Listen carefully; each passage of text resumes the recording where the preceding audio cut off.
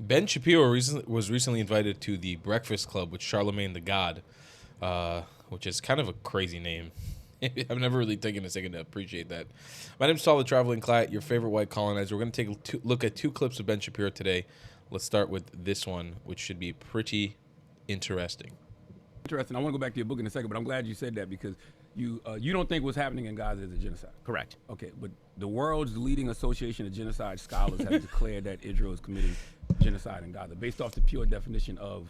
Well, it's not actually, if you read their actual study, it's not based on the quote-unquote pure definition of genocide. They don't actually even define genocide in the document. And they basically went out to their membership, but they didn't go out to the entire membership. They went out to a generic membership. It is very easy to join the International Association of Genocide Scholars. In fact, there were several people yesterday who just signed up and were immediately admitted, even though they have no actual background in genocide. The question is not whether some sort of coterie of people who call themselves experts in an issue are quote-unquote experts on the issue. The question is whether the definition is met.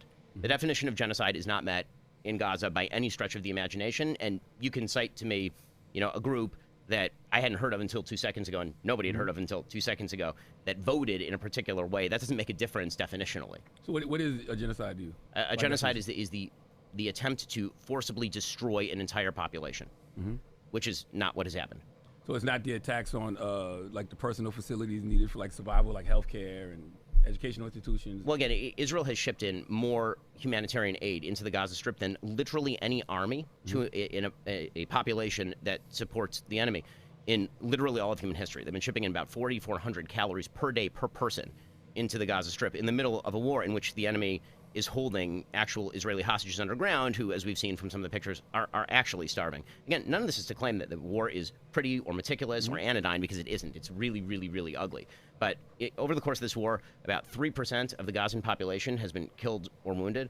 If you're going to look at an actual genocide, obviously the prototypical case being the Holocaust, you're looking at 50% of the entire Jewish population in Europe destroyed. If you're looking at other attempted genocides, say the genocides in Rwanda, you're talking about extraordinarily high percentages of the population that are wiped out. You certainly are not seeing procedures that require 4 layers of actual legal authority in order to do a drone strike. And I've actually seen the tape of them doing this in Israel. They actually, if they spot from the air a terrorist who's going into a particular civilian area, you have to take like a full minute where the pilot on the drone calls up the legal authority, who then calls up the higher legal authority to get clearance for the actual drone strike, and they will call off the drone strike if they believe that the military target is too costly in terms of civilian casualties.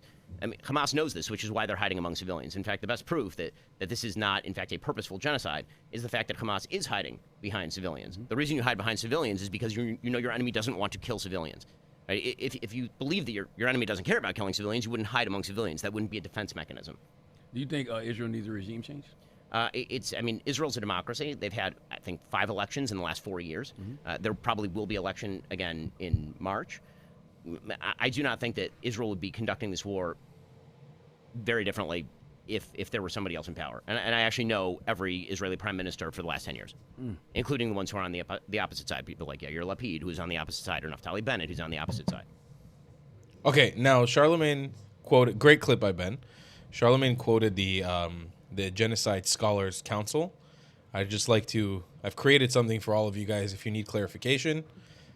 Please take Assalamu alaikum. It is official. Israel is committing a genocide against the Palestinian people. Between the ICJ, the ICC, the UN, the Red Cross, the WWF, and speculation of various other human rights organizations, the International Association of Genocide Scholars has taken a vote, and 84% of the global experts on genocide have concluded, Wallahi, it's official, there is a genocide in Gaza. Now, I would never doubt the official Association of Genocide Scholars because, well, it's official and an association, and you just don't question those kinds of things, especially with how reliable human rights organizations have been in the last few years. But what I did decide to do is call some of my colleagues, other global experts in genocide, to help me understand this resolution. Hi, I'm Emily Schrader, journalist, advocate, and scholar of genocide. The work we do here at IAGS is extremely important. We draft decisive resolutions about countries committing genocide globally in order to ignore genocidal atrocities in countries such as Syria, Sudan, and the Congo, so we can continuously condemn the Jews. And Emily, can you tell me what makes you a genocide expert? How does one join this association? Oh, well, it's actually quite simple. I just paid $30 to join. What do you mean? It's easy. You just register here. Emily, how do we upload our credentials? How do we prove our expertise on genocide?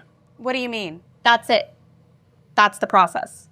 So I called another expert I knew on genocide. Hi, I'm David Rabel, a news reporter. So David, I'm wondering, do you find that there might be any bias amongst your peers in this council on genocide? What do you mean? What I mean is members who may lean towards voting for certain resolutions based on their ethnic, religious, or political affiliations. Oh, absolutely there is bias. We just paid $120 to join for a year. I've heard. Have you seen the council members who voted on this Gaza resolution? 70% are named Muhammad.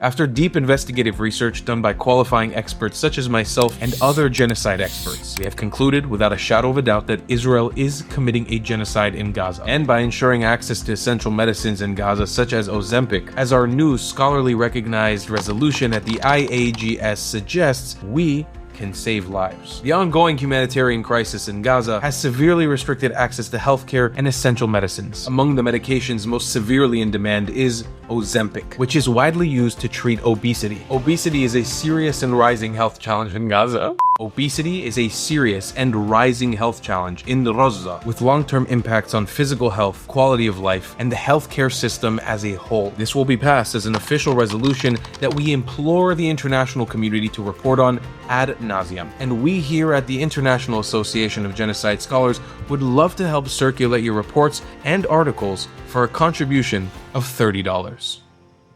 Free Palestine. Free Palestine, ladies and gentlemen. Free Palestine.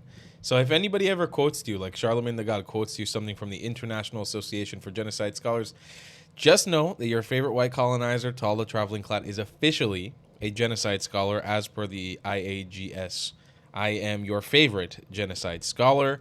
And anybody can be a genocide scholar for the low, low price of $30. So anytime somebody quotes you that they decided that they voted, just know that you too can be a scholar on genocide.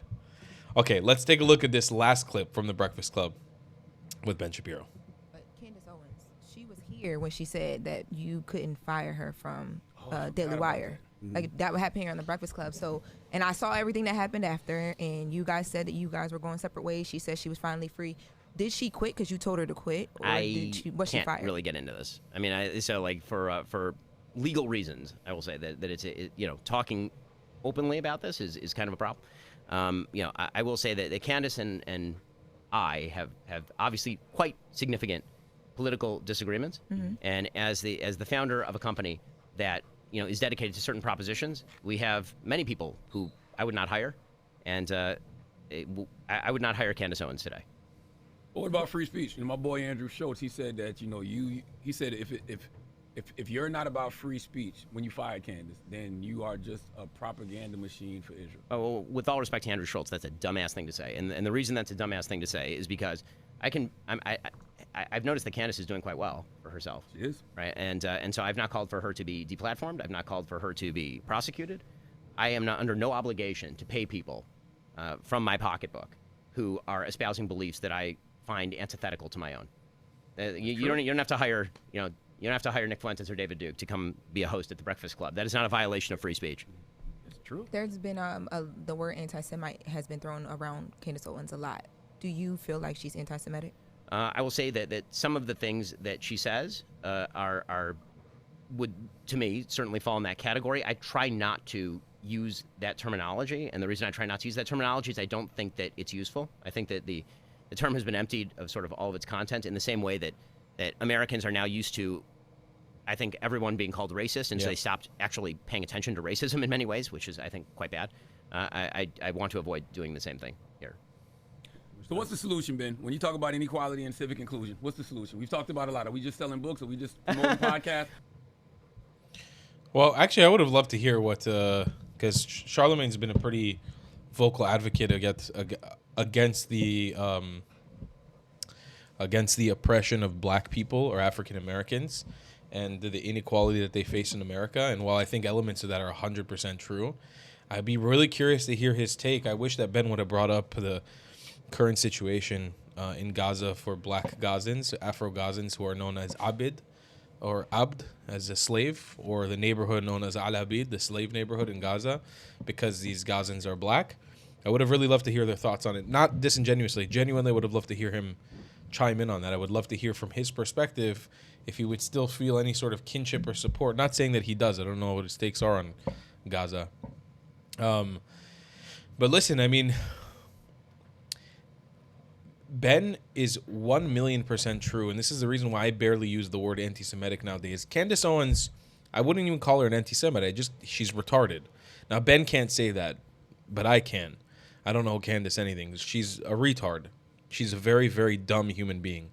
And so is Tucker Carlson. And the reason why, they may seem like smart, calculated people, but just think about it. Nobody who goes down this route ever ends up very successful. It always ends up biting them in the face at some point. It always does.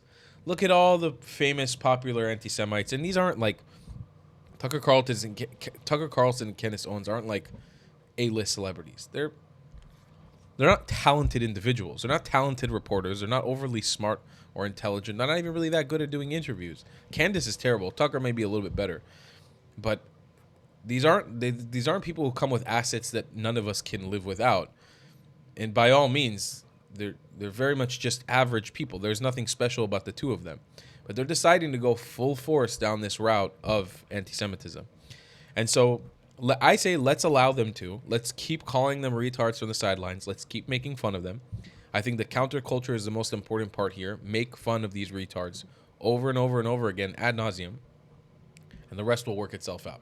I truly believe in that. I'll see you guys in the next one. I love you. Long time. Goodbye, class. If you believe in my content and want to support me, just know your help is needed. There's a bunch of great ways to support me, being PayPal, Buy Me a Coffee, or joining my Patreon community down below. Patreon is the best way to support my channel, and you'll get a bunch of cool perks depending on what tier you join. Another great way to support me is by buying my merchandise on thetravelingclat.com. I regularly drop new merch designs like this beautiful hat, or this amazing shirt, where you can support the channel and get something cool for yourself. I also have an amazing Discord community with people from all over the world. Thank you so much for your support.